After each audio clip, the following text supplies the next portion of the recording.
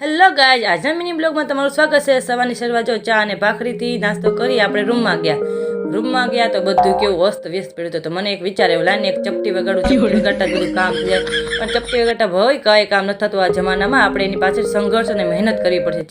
कौन है ये लोग? ત્યાર પછી વાગી ગયા બપોરના 12 અને આપણે રાજમા ચાવલ બનાવવાનું તો જો એને ગ્રેવીની તૈયારી કરવા મળ્યા, તો પછી આપણે શાકનો વઘાર કર્યો, જીરું અને ખડા મસાલા નાખી, ત્યાર પછી આદુ લસણ અને મરચીની પેસ્ટ નાખી, ડુંગળીની પ્યુરી નાખી, ટોમેટો પ્યુરી નાખી, સ્વાદ પ્રમાણે મીઠું નાખ્યું અને હું રાજમાના શાકમાં દહીં નાખું છું એટલે 2 ચમચી દહીં નાખ્યું, ત્યાર પછી મરચું ખાંડ નાખી દહીં નાખ્યું છે એટલે થોડીક ખાંડ નાખવી પડે।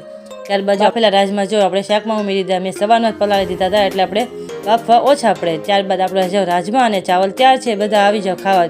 ત્યાર પછી છાશ તો મેં ક્યારું નીકળી લીધી હતી પણ મારે માખણ કાઢવાનું બાકી હતું, જો હું માખણ કઈ રીતે કાઢું છું ચમચીથી, મેં કોઈ દિવસ નહોતું કર્યું પણ અહીંયા આવીને બધું શીખી ગઈ।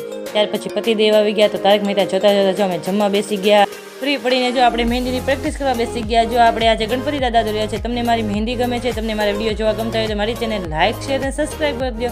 ત્યાં સુધી હર હર મહાદેવ।